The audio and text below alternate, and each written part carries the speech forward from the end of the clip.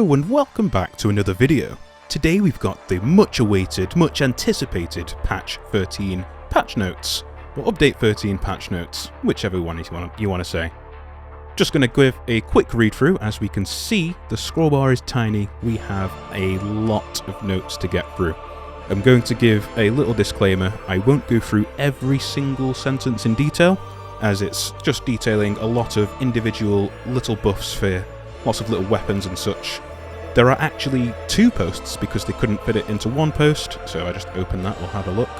And as far as I'm aware, this is mostly detailing Xbox changes and updates, as well as some quality of life updates.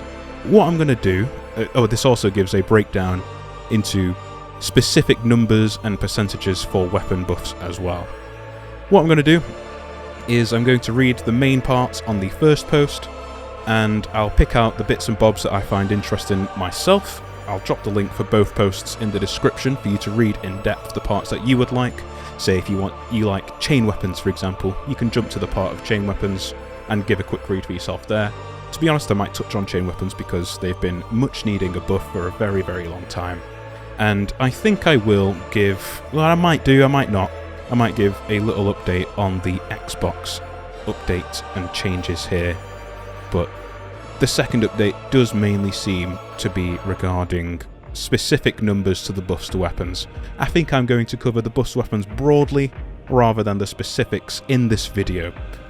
Right, without further ado, let's jump right into the post one for patch 13's patch notes.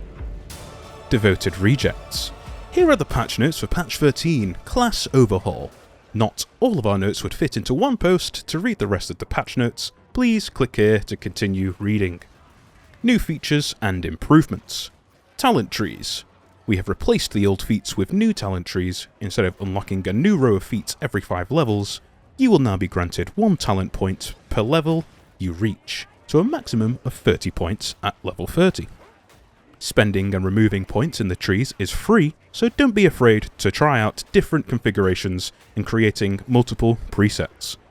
Yep, it's nice that we're going to have presets for that, because there's going to be 1,000,001 different builds that everyone's going to try. So, first paragraph, great news already. Let's continue. Every class will start with a baseline ability, Blitz, and Aura. Most of them are the same ones you're playing with today, and in the trees you will find options to upgrade them or replace them completely with new ones.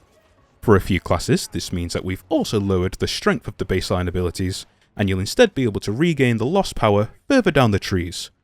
The good example of this one is the Veteran one, as that one's taken a base 25% damage boost reduction, but I'm sure we'll cover what the buffs that's going to get down into the tree. Just before I move on, I will say that in this video I'll be diving into the game straight after I've read the brief bits of this patch note, just to see if there's anything new in the game itself, and I might have a little play around in the Psycanthium with the trees. But later on in the week, I'll be doing a specific video for each class, doing a little deep dive on all of the skill trees, so you have that to look forward to if you'd like to stay tuned. Drop a sub if you want to keep update with that. Let's continue. Most of the feats that were available to you before can be found scattered around in these trees.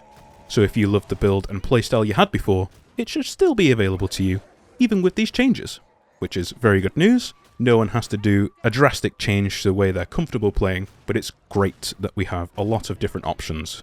Veteran. Volifier no longer designates Elite and Specials as a baseline. You can upgrade Volifier to include this feature down in the tree instead. And Scavenger and Scrounger's Aura changed to keep track of leftover percentages and apply it on later procs instead of rounding up on every proc. For example, you're about to replenish 0.5 ammo. Earlier we were rounded up to 1, but now you will instead store it away and replenish the stored ammo once it adds up to 1. Okay, it's a mild nerf to Scavenger/Scrounger's Aura, but it's not something I'm going to imagine that most people will feel a big change on, which isn't the end of the world, but it is a small minor nerf to it, because instead of rounding it up, we're going to get the flat value of 0.5 until we get the 1, and then we'll get that locked in. Next up, we've got Psyker. And we've got Psychonetics Wrath, which reduces the quell amount on the baseline ability. You can increase this further down the tree. With Brain Burst, they've lowered the damage of the baseline ability. You can increase the damage further down the tree, and Kinetic Presence. As a baseline, they've replaced this with the Quickening, reducing ability cooldowns for you, and allies' incoherency. You can still find Kinetic Presence further down in the tree. We've got changes, enemies, general.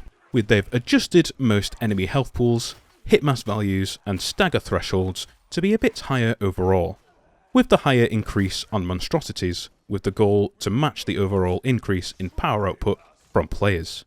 As long as there is a overall power output increase from players, this makes no difference to our gameplay. It should be nice and smooth, as we've always loved. And they've added more ways for the Conflict Director to spawn hordes. Hordes can now spawn in different ways to respond to player behaviour, including coordinated strike with specialists mixed in elites with the horde. Push from behind while ranged enemies spawn ahead, bigger ambushes with more spread, and more. This is nice, a bit of variation added to the ways that the hordes can come and rush us. It's nice that it's not just we hear the horde and we know exactly which direction it's going to come from. It's kind of almost you can expect to know when it's going to spawn as well, so if there's more variation on what times and what triggers the horde, that's going to be a lot of fun to battle against, I guess, in general. They've replaced fast transitioning sprint animations for far-ranged enemies with a smoother start animation for easier aiming. That's good. That means that you won't be shooting someone and suddenly they're running the other way in 0.1 of a second. They fixed so dread bruisers have right hit sounds based on their blunt weaponry, fixed an issue where monstrosities that were meant to be weakened did not receive the weakened debuff in monstrous specials condition. If you watched my video maybe 3-4 videos ago where I mentioned that monstrous specials was bugged, they've confirmed it here. It was indeed meant to spawn weakened monstrosities and it didn't. It kept spawning fully normal regular ones. It did say in the condition that it's a chance that specialists will change into weakened monstrosities. So it's nice to have that confirmed and fixed, even though it's mildly sad that it's fixed at the same time, because honestly, I'm sure a lot of you, including myself, really love the challenge of them not being weakened. Poxhound. They've made improvements to the way the Poxhound leaps are calculated for more consistent and reliable behaviour. Personally, didn't really have that big of an issue with Poxhounds, but it's nice that they've sharpened it up, so a lot more people will be able to more reliably block them from leaping onto them. The Mutant, they've tuned functionality for when players dodges mutants on high latency, and fixed the case where Mutant could bring players into enemy spawn rooms. Always good when they stop mutants from pushing us into places we're not meant to be, and then just leaving us outside of the map. Great to know that. They've got some Poxburster changes as well. So they've increased Poxburster explosion versus infected, so Poxburster chain explosions can happen. Now this is an absolute blessing. If you could see me, I've got my hands together now, eyes closed, what a great time. In what's it called? In extra Poxbursters on Maelstrom, they're all coming at you in a big conga line. You blow up one, the rest are just walking at you still. Not a good time to be in, you know. It's good that when you blow up the first one, you'll get a nice beautiful chain reaction pushing down that line, so they're not all just going to jump onto you. And it seems like they fixed a case where Poxburster could ignore stagger if just walked in a fire. There we go. So you wouldn't have any rogue Poxbursters being like, no, I'm not gonna care about your push. I'm just gonna jump on you, mate, and you're gonna die. Great that they fixed this. They fixed an issue when the Surge staff, secondary and Poxbursters, would make them stagger backwards multiple times during a very short time frame. So that was an issue. A nerf to the Surge 4 staff against Poxbursters, maybe? I've yet to see how that interaction looks in game, so it could not really be a nerf, but it could be. We'll see. The Bomber, they've reduced the radius of the stun when grenades detonate by around 50%, reduced stun duration. That's going to be a minor change. It'll help a lot in, well, just with the amount that bombers can debilitate you in general, but it's not going to be the biggest change ever. Beast of Nurgle, increased corruption gained when eaten by Beast of Nurgle, so you get gobbled, you're gonna feel the damage. And they've made the Chaos Spawn grab easier to dodge, as well as tweaking its attack durations to give players a bit of extra room in melee to get hits in between attacks. It was quite a ferocious monstrosity. If you was its target, you basically just had to block, there was nothing else you could do. Which isn't the end of the world, to be fair. It really forced teamwork, but a Chaos Spawn nerf. I suppose I could live with that. It's got slightly reduced combo damage. That's another nerf for the Chaos Spawn, unfortunately. Reduced knockback radius for its leap land, reduced force on players, and Ogryns only get pushed. Another little nerf for the Chaos Spawn there. And they've made improvements to the way the Chaos Spawn leaps are calculated for a more consistent and reliable behaviour. RIP Chaos Spawn. I imagine he's going to be much less debilitating after all of these changes. I'm sure a lot of people found the Chaos Spawn a lot of big trouble when it spawned. Myself included, to be fair. So, I'm losing my voice. Let me just take some water. But yeah, it's not the end of the world that the Chaos Spawn's getting a little nerf, as it was very, very strong prior. Moving on, lastly, for the monstrosities, we've got the Plague Ogryn. Switch Plague Ogryn broken stomp particles to better match the stomp and increase the stomp radius, so its little stomp down. The radius is increased. I wonder if that includes covering behind the Ogryn, because beforehand you could dodge it by getting behind him. It'd be interesting to test that once I'm in the game. And they fixed a case where the Plague Ogryn charge push had the wrong direction when hitting players. Nice little bug fix there. And they've reduced tentacle growth speed from 2 to 1.5 on Damnation. So that'll be on missions where you have to kill the eyeballs, such as on Ascension Riser, Silo Cluster as well. Eyeballs with the 3 tentacles at the end attached to them. You have to... That enemy, it's that enemy it's talking about. It's talking about the time it takes for the tentacles to regrow once you've killed one, if you didn't kill all 3 within the time frame. So, if that's a little nerf to them, it'll make those missions a little bit easier. Those missions aren't the hardest, but it's reduced tentacle growth speed.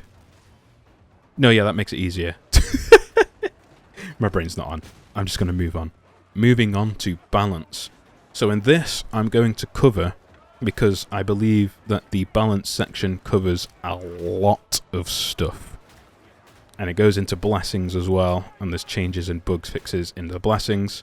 For this section, I'm going to kind of blitz through it. I'm going to read the first initial part, blitz through it a little bit, pick up the things I'm interested in, and anything that seems significant. And then after that, I'm just going to see if there's anything more interesting down at the bottom of the patch notes. We'll give this bit a read first. Balance. Almost all of the weapons and blessing changes were made with the help of the closed community testing, where we got the opportunity to hang out with members of the community while giving them early builds to try and feedback on. These tests also gave us a lot of early feedback regarding the talents and new abilities, which helped us to iron out rough bits of the balance. We wanted to extend a huge thanks to these people, as they have been very important to help us iterate on the balance. Some balance changes made it in these tests and are being worked on and will be released in future patches.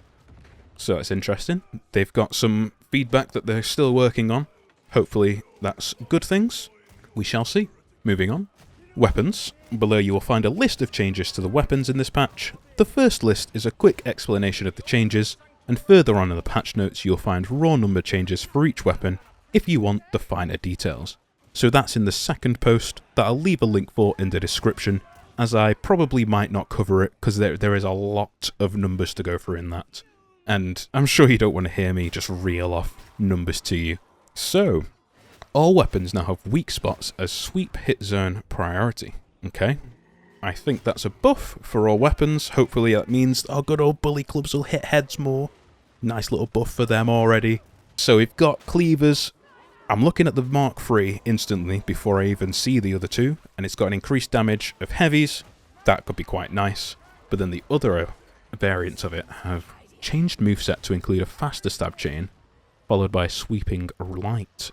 Switch up heavy chain to feel smoother to use, and a changed stab profiles for all cleavers to be better at handing Black Carapace and Maniac armor type.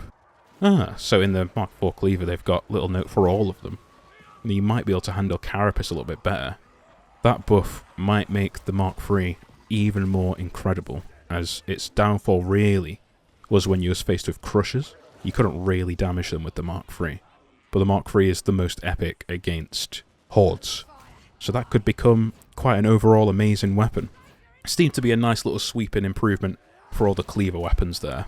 And we've got Bully Clubs, reduced chain timings between slap weapon, special attacks. This is beautiful.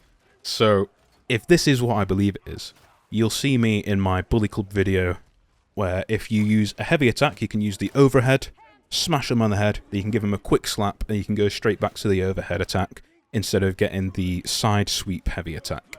It's a quick way to make sure you're continuously doing overhead attacks, which is the most powerful attack for the bully clubs, as well as the easiest to land weak spot hits with. So reduced chain timings between slap weapon special actions, absolutely beautiful. I think the biggest thing for the bully clubs will be whether their weak spot detection is any better, as that was the big thing really for me. If they hit heads, they're going to do a lot more damage generally, so hopefully that's a thing, but I'm sure I'll find out as I get into the gameplay later. Next up, we've got our lovely chainsword, which has increased armor damage modifiers on lights and heavy attacks, more cleave on heavy attacks, and massively increased damage of heavy/light weapons special soaring last hit. So, the chainsword, this one's just a normal chainsword, not the eviscerator. It's needed, as well as all the other chain weapons to be honest, they've needed massive damage buffs desperately. So, hearing that they're getting buffs is absolutely beautiful. I can't wait to get a video and try these firsthand to see just how well buffed they are. But yeah, Assault Chainsword, buffed. That's a big tick for any of you veterans or zealots. I think you can use the normal chainsword on the Psyker as well. Anyone that wants to use a chainsword can now beautifully use it, as it sounds like it got some really nice buffs. Combat swords, heavy swords, and dueling swords. Sword damage armor modifier buffed, mostly against unarmored, and they've increased the finesse. Okay, so basically this is covering all swords. So all swords do more damage against unarmored, and they do a bit of damage with the armor modifier, but so they do more damage to armored enemies in general, and they've got increased headshot damage. That's very good, because the swords, all of them, were very quite underwhelming, and as we can see as we go on, there's more buffs for the swords as well. So here's all of the sword buffs. Got the Devil Clawed combat swords first. Massively increased damage in finesse multiplier, finesse multiplier from parry special attack, with a focus on headshotting. Changed so perfectly parrying, which is blocking within 0.3 of a second or sooner, has a massive block cost reduction. Well, that's good. So we'll do bigger damage, and it has a block cost reduction. So if you parry with the Devil Claw swords, you're going to get a lot more benefit from that, which is very nice. They've got increased cleave on cleave. I keep saying cleave. Increased cleave on heavy, higher cleave damage as well. So you'll cleave through more enemies, and you'll have more damage from that cleave with the Devil's Claw combat swords. Very nice. Heavy swords, more damage. That's beautiful for them, because it was a bit underwhelming. So nice that they're getting a flat damage boost. And with our dueling swords, they've got more finesse and first target damage increased, and they've changed it so the stab weapon special deals very high impact when hitting weak spots. So that could, I think there's a benefit there if it staggers heavier targets like crushers, that's a big one, maulers, rages, etc. We'll have to wait and see with dueling swords. In my head, I still think they're going to be a secondary pick to other weapons, but we'll see. Buffs to them is beautiful, as they have very, very high mobility, so they're always a nice little option to go for. And we have the lovely Eviscerator. So, and we've got the Chain Axe as well, actually, so I'll just bump these into one little screen. The heavy Eviscerators bump lights, heavies, more damage versus Carapace. So I think that means the lights and heavy attacks do more damage versus Carapace. Increased cleave on heavy and activated heavy, and it's removed cleave damage cap. Massively increased damage of heavy/light weapon special, soaring last hit. So same with the Assault Chainsword, more damage with the special attack, absolutely beautiful to see. And then it's got more cleave. I think the biggest thing with the Eviscerator was anytime it got stuck was anytime you weren't doing very well. So it's good to see that it's got more cleave, and the cleave can do more damage, that should generally help. And it does more damage against Carapace. I would have liked to have seen a little bit more damage against general enemies as well, but we'll have to get the weapon on hand to see just how effective it is now, as I wasn't really the biggest fan of it before, and we can see it's the same lights and heavies attack against Carapace for the Chain Axe, but it's got reduced movement penalties with light attacks, and it's made the heavy swings slightly faster. I think one of my biggest downfalls with the Assault Chain Axe was that its heavy attacks were so incredibly slow. So seeing that they've gotten slightly faster is actually a very, very big bonus to them. Movement penalties with light attacks, yeah, that's okay. More damage against Carapace, yeah, that's okay. I still would have liked to have seen a bit more damage generally for them, but I think if you use them solely as a tool to stop heavy targets like Crushers, they're going to see a lot more benefit. But then I'm sure, well, Reginald's going to show us off with the chain axe and make it look absolutely godlike, so look out for his video. I'm sure he's going to have to do one, as he is a chain weapon monster, so we'll look out for that one. Moving on, we've got Headhunter autoguns, just an increased finesse modifier, so you'll shoot a little bit faster and you will do more headshot damage. That's not too bad. As long as your aim's on point, you'll see a bonus with Headhunter autoguns, but generally you may not see a bonus with Headhunter autoguns because if you don't have perfect aim, you might not be hitting heads all of the time, so I'm a bit disappointed on that, as autoguns in general could have done with like a little teeny tweak to the damage, but hopefully there's a little bit more on those later on. We shall see. We've got the Brute Brainer Mark III Latrine Shovel, which is my favourite Ogryn melee weapon. It's just so versatile. Destroys hordes, and it also destroys Crushers in heavy targets. And that special attack punch is so good. So let's have a look. Removed no damage point beyond 3 targets on light/heavy. So that is amazing. It means you're going to continue doing damage on your sweeps. There is a light attack 1, heavy attack 2. That chain combo is just going to absolutely destroy. And from what I hear, it's amazing with brutal momentum as well, as it's perfectly horizontal, so you'll always be striking them heads. Good to see my old favourite blessing, brutal momentum, still living up to its name in some cases. It's got increased heavy power and damage versus maniacs. Oh, it's getting even better. I'm overjoyed. Increased heavy power. That is going to absolutely slap. I'm doing a video on this later on. It's happening. And they've changed it so weak spots have sweep hit priority, which is so... Oh, thank goodness for this.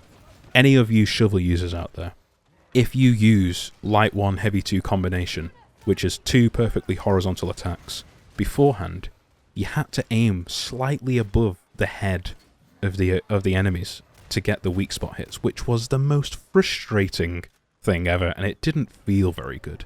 So it's good to see that they've changed that hit spot priority for the weak spots, and they're now going to feel much better.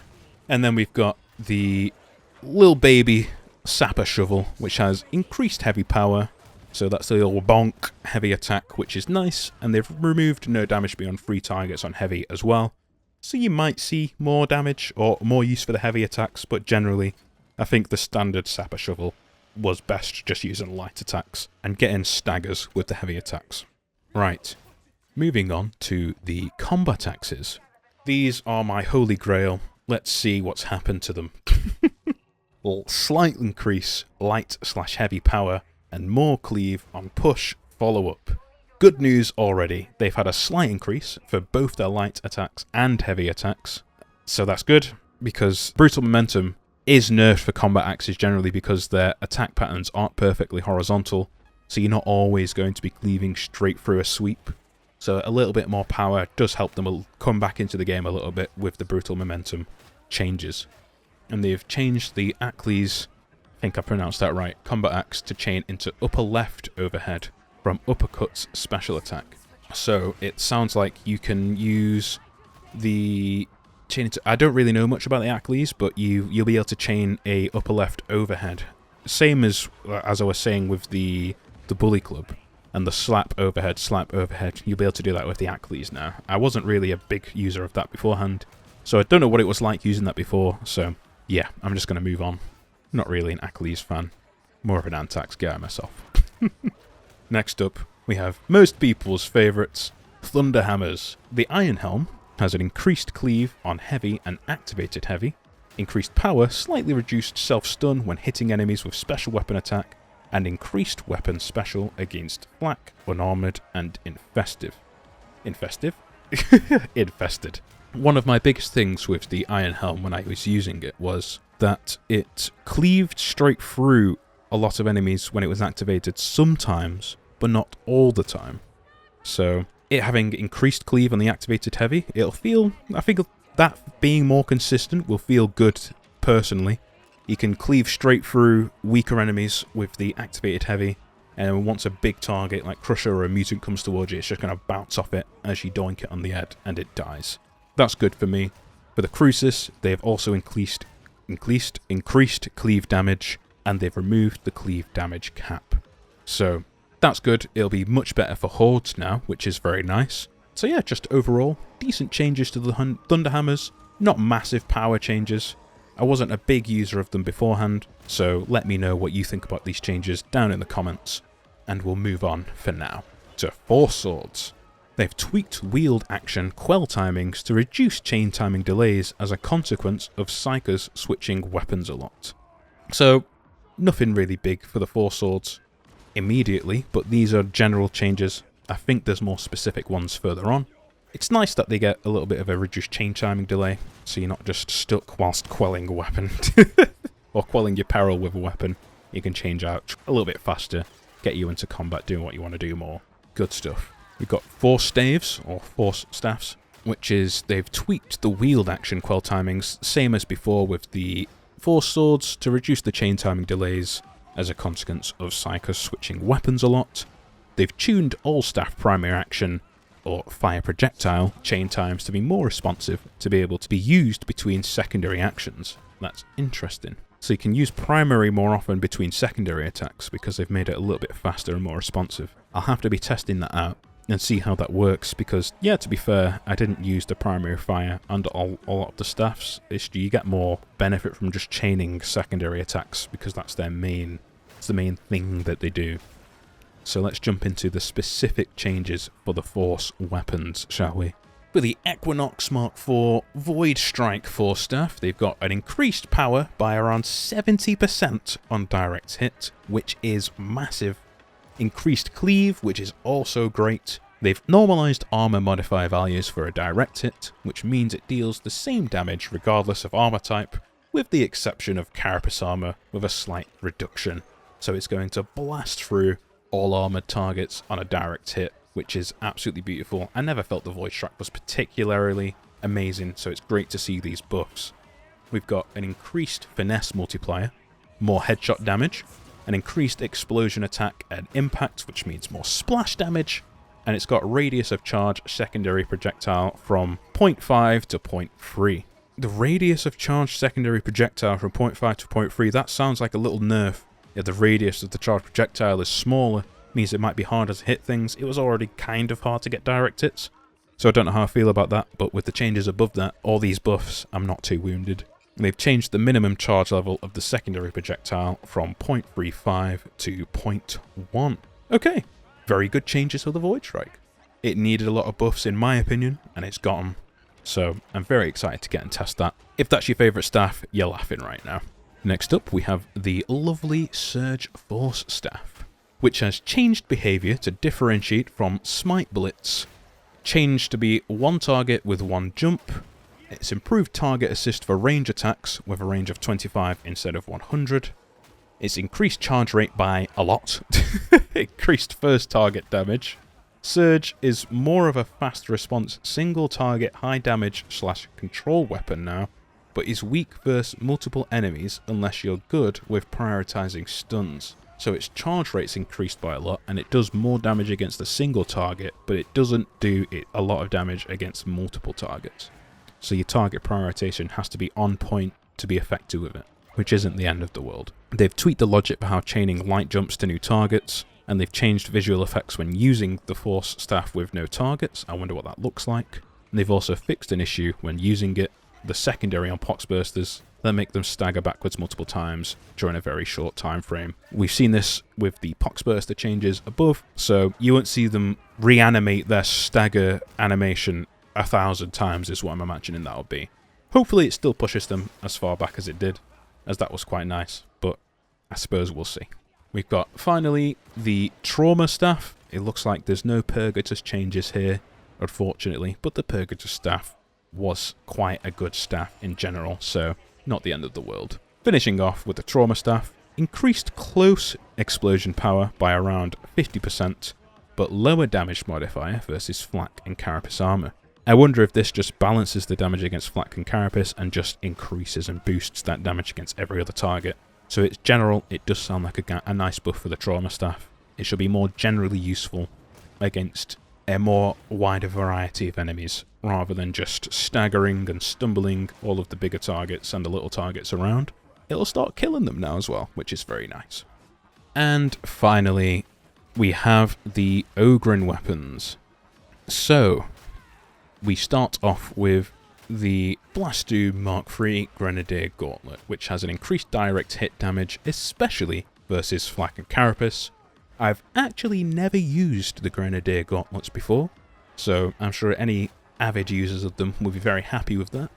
And they fixed an issue where the gauntlets didn't get fire rate or reload speed increases from buffs, which is also going to be beautiful for them. That's good to know. Ripper guns have increased finesse, so more damage, or more attack speed and more weak spot damage for the Ripper guns. Just a flat buff, nice to see. The Rumbler, this one's a big one for me. It's got increased explosion damage and increased armor damage modifier versus unyielding. My biggest issue with the Rumbler was that the explosion was just pathetic. Sure, it staggered things and blew things miles away, but it did damage on par with the old veteran Flak grenade, and it just wasn't it. The size of that thing is massive. It should be doing a lot of damage, and it's good to see that it's going to do a lot more damage against Bulwarks, Reapers, and monstrosities now, especially as you'll be able to stick them to Ogryns with the blessing I cannot remember the name of right now. So, and you can also already stick them to monstrosities, so that's going to be good. It's going to be a great tool for staggering the Chaos Spawn and the Plague Ogryn, because you can stick it to them and you can just stun lock them with that weapon, so that's great. We've got another one of my favourites, the Heavy Stubbers, and unfortunately, they've given me bad news. Reduced ammo capacity and reserve. I don't understand why this change has been made. These weapons already suffered with ammo because, you know, you like to shoot them a lot. It's a big heavy weapon. I'm sure an Ogryn doesn't struggle with carrying a lot of ammo, you know, lore-wise. So now you'll just be able to shoot them less. And with one of the Ogryn buffs being switched to ranged attack and increase your fire rate by 80%, you know, they're effectively saying, hey, use your ranged weapons with crazy fire speed, but not for long because we reduced the ammo on your Heavy Stubbers. I don't understand this change. This makes me really, really sad, because Heavy Stubbers are such a joy to fire, but now you'll be able to do it much, much less. That's really sad. And they've increased the wheel time from braced for the Ackley's one, which, sure, great, it's probably the one that shoots the fastest because it's the lighter one, you know, you can brace it faster. These Heavy Stubber changes are, in my opinion, stupid, and I don't get them. Let me know if you agree with me. I'm wounded about this. I hope you are too. Moving on, we've got Power Swords, and the only thing they've done with the Power Swords is reduced the first target damage with heavy attack strike. So, yet again, unfortunately, the Power Swords have a lovely nerf. Rest in peace, Power Swords. Hopefully everything else brings them back up to strength, because, you know, a Power Sword should be a powerful weapon, so it's pretty sad to see him get a little bit of nerf. Right, done a lot of reading. We're going to get through this misc weapon / balance changes, and then I will briefly go through the blessings, maybe. We'll see. There's a lot of changes. I'm itching to get into the game at this point. Here's the misc weapons / balance changes. They've increased base bleed damage from 40 to 200, which is absolutely massive for anything you can do to make an enemy bleed. So it'll feel less like you've turned the tap on. So you know when you turn a tap on and it just starts bloop, bloop, bloop. Yep, that's what it used to be like. Now bleed sounds like it's going to be opening a proper wound into the enemies, which is beautiful stuff. They've tweaked how quickly weapon actions can be started after sprinting or jumping, which is nice. It'll make you feel more fluid and faster in combat. They fixed a hit detection issue with stub revolvers and plasma guns. Great. That's good. It means that those guns will feel a little bit more fluid and better to use, and I'm a big plasma gun lover, so very, very nice. They fixed hit detection issues that could cause melee swings not to register when being very close to enemies with big hitboxes. Nice little change that'll make things feel, yet again, smoother. They fixed an issue where the combat shotguns and ripper guns could fail to trigger on-kill effects from blessings. Fixed an issue where only psychers were able to make weapon special attack while reloading a last pistol. Weird. They fixed an issue where ripper guns and twin-linked heavy stubbers didn't get a fire rate increases from buffs, but hey, they're going to get those fire rate increases from buffs now, and then they're going to run out of ammo in 2 seconds, so poo you, fatshark, poo you. Slightly increased shotgun weapons special buffer time to more reliably load a shell after shooting. And that actually reminds me, we haven't seen any buffs for shotguns. Seems they've missed a trick there. Personally, I think shotguns really needed like a little tweak. Just give them a little bit damage, but they've ignored shotguns, so hopefully they still feel strong. We shall see. And then blessings is next.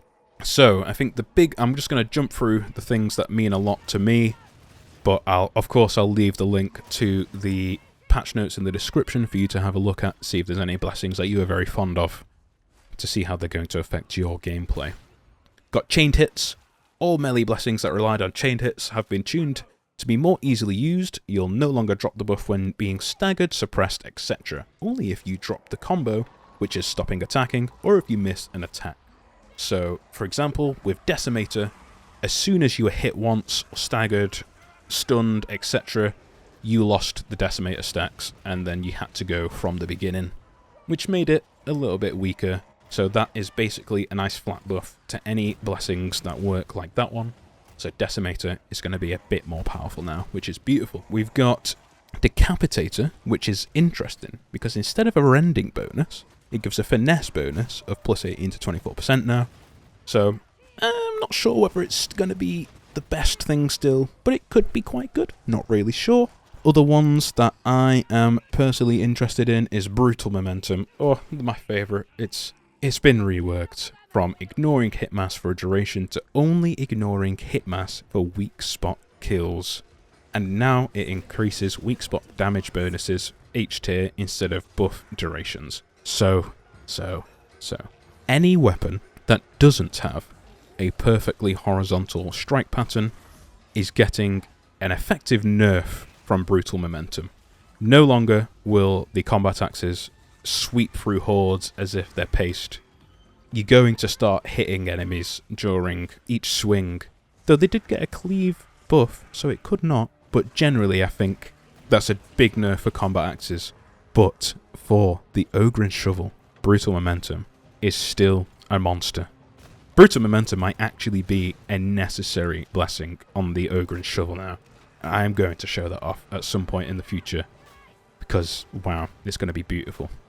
So, later on in the patch notes, we have nothing generally that interesting. There's a bit of a breakdown into the specific numbers and changes for each of the blessings, like, for example, Deadly Accurate, which was weak spot critical damage bonus. It had it up to 50%. Now goes from 70 to 100%, which is an absolutely astronomical buff. So if you're using the MG12 lasgun, or any lasguns that have that, or any autoguns, that's a massive bonus. But there's a few other interactions. So for example, pinning fire. Unfortunately for pinning fire, the power bonus has gone from 5 to 20 to 4.25 to 5. Pinning fire is no longer the absolute monster it was. So the auto pistol, the bolt gun, they're not going to be as effective as they were before, though I imagine the bolt gun's still going to be beautiful. And we've got lots and lots of other small changes and buffs to basically most of the blessings we've had before. So do go and have a little look into the patch notes to find the blessings you love and see if there's any specific changes to those that you would look to have, as there is a lot. So, under blessings, we have updates and tweaks, which is another little read we can go through. Enemies now have lower hit mass, which is value calculated to determine if a sweep stops or not. If staggered, the reduction increases with stagger strength. You'll be able to stagger things a lot easier, and if you've got stagger strength, you know, you'll find that they have a lower hit mass, you're able to knock them around easier. Combat and blitz abilities can now be used while sliding. That'll just help the game feel a bit more fluid and faster. They've lowered the time where inputs were locked after jumping/sprinting. I think this was mentioned earlier. It should make it possible to more quickly aim or shoot a secondary weapon after jumping off a ledge, for example. And they've tagging will now prefer enemies over pickups if there's both a valid enemy and pickup near the crosshair. Just a nice little change there. Gameplay tweaks, all really aimed towards making the game feel more fluid. I'm not going to complain about that. They have a section on damage where rending has been changed quite a lot.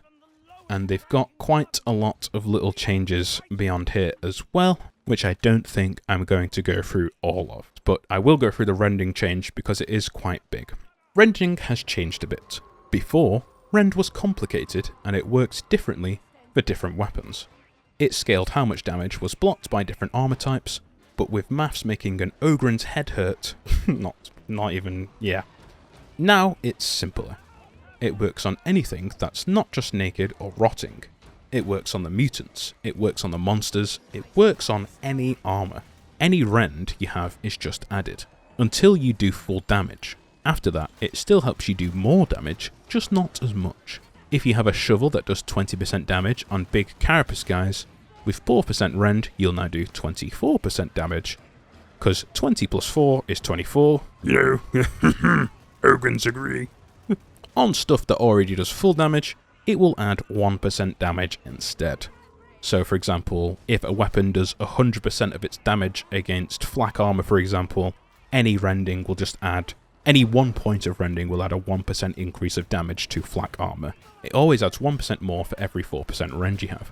Still maths that makes Ogryn's head hurt, just not as much, and it helps kill things on all weapons. Very nice. Nice little rending change. I'm sure it's gonna take a lot of time for all of us to get our heads around exactly how effective or not effective that is, but generally it looks like it's a good little change for us in general. Underneath those changes, there is just a few little bits and bobs and penances, bugs in missions, little changes to the hub, as well as misc ones, which are just little UI changes. So that's the end of the main parts, specifically the parts that interest me, I suppose, in patch 13 patch notes. On the second one, there's some information about controller options in the menus, there's tag wheel cheers options, and there's little bits and bobs talking about the controller specific settings. Then it goes on to talk about the Commodore's Vestures, which is the premium shop, and it says that they're going to rotate next on the 5th of October, and it goes on about little bits and bobs with the shop, but I'm not really that interested in the premium shop. Just talks about price changes, to be honest. And then there is a lot of bug fixes, but then the rest of the Part 2 patch notes goes into very, very specific numbers for all of the buffs, tweaks, and changes. So if you're interested about your main weapon, jump into Part 2 and see exactly what numbers have changed. I've linked it in the description below, so have a good, lovely time checking that out. I seem to have got on and rambled for almost an hour, so I'll jump into the game very briefly, and we'll have a quick, very brief look at what has happened. In the general game, I've heard there's some new cutscenes, so I'll give those a little quick watch. Get my initial reaction on what those are like. Yes, we don't care about these cutscenes though. Okay, which class should we go for? We will choose Odin's son, Ogryn. Why not? I've skipped the loading screen there, but just to remind you, the loading screen time's no different. Still takes a very long time, unfortunately. Jump into the inventory. Ooh.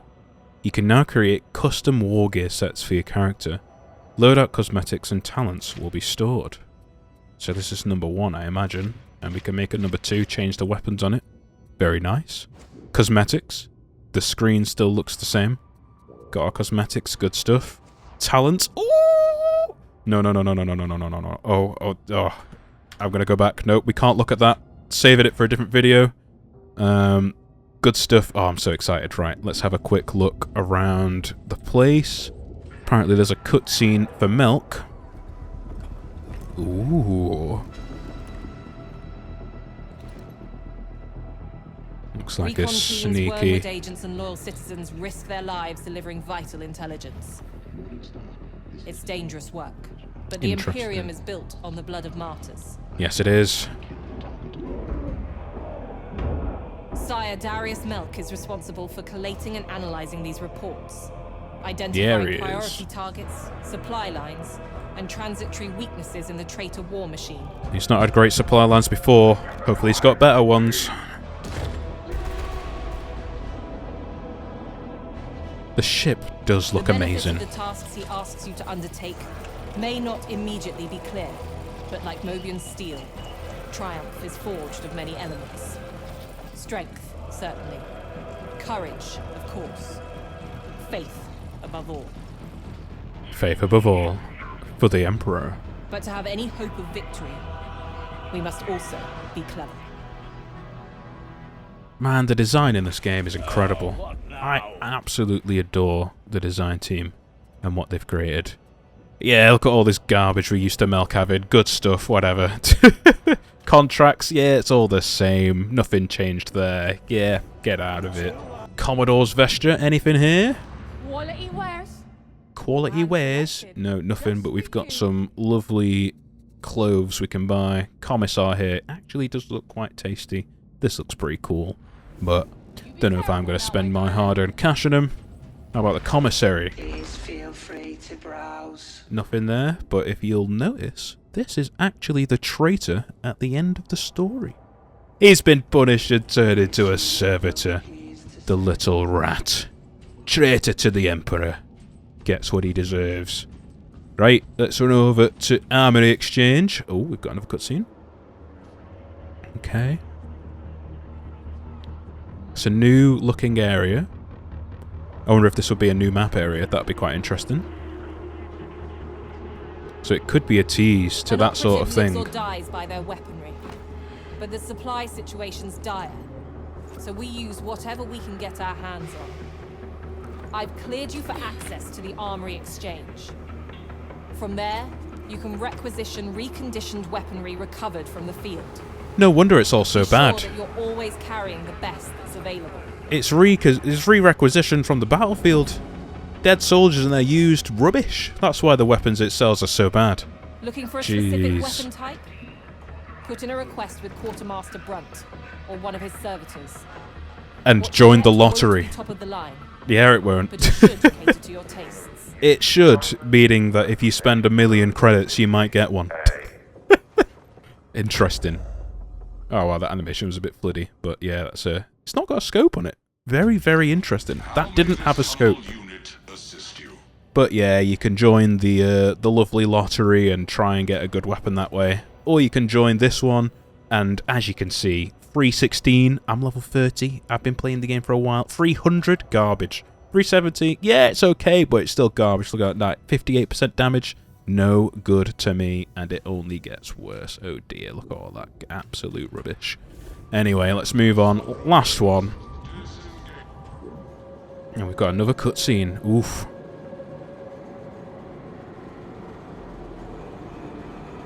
The weapons you bear are not mere tools of war. Serving as their custodian, that one has a scope. Fulfillment you do not deserve. Steep yourself in the precepts and rituals of Holy Mars. Open yourself to the Omnissiah, and perhaps, Varlet, your diligence will be rewarded. Perhaps. With a glimpse of what these relics once were and might be again. Might be. Let us explore the mysteries of the machine god together. I'd love to. We have a little time before your execution. Interesting. My execution's coming, but maybe they'll reward me with the lovely crafting lottery, which hasn't changed in this update. So, unfortunately for all of us lottery haters, we're still going to have to go through the lottery. Let's check the map before I end this video. One more cutscene, it seems. Terminal, did ya? Guess that means I can't have you executed. Not yet. Still of use to you, of course. This is the heart of the operation. Your best friend if you want to stay in my good books. Is that right? Atoma's in trouble. There he No is. two ways about it. The only hope we have in this mess lies in What a sending our Chad. strike teams where they're needed. Making a difference wherever we can. For as long as we're still breathing. These are all current maps still. Oh, that one might not be, actually. Is that one new? That one looked So, new. ready to be a hero? Then think again. You're a reject. Fight like it. Nah, I felt like a hero, pal. I'm too good. Mission board, same as before. Good old Maelstrom, lots of high intensity shot troop gauntlet, good stuff. And yeah, there's nothing interesting and new in there. Right, that was your changes.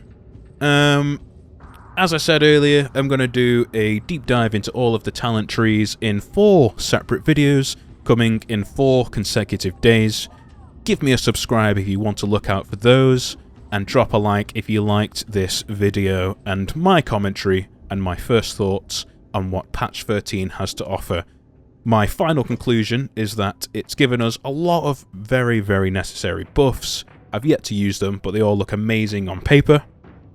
And there's a couple of things like the stubber nerf, like it really didn't need its ammo reduced. That's going to make it feel absolutely just not great to use, because you're going to run out of ammo very quickly. And it was sad that I think the infantry autoguns weren't looked at all. Very interesting. But the rest of the changes I'm going to dive into in those videos I mentioned before, so I'll see you in the next videos. Goodbye.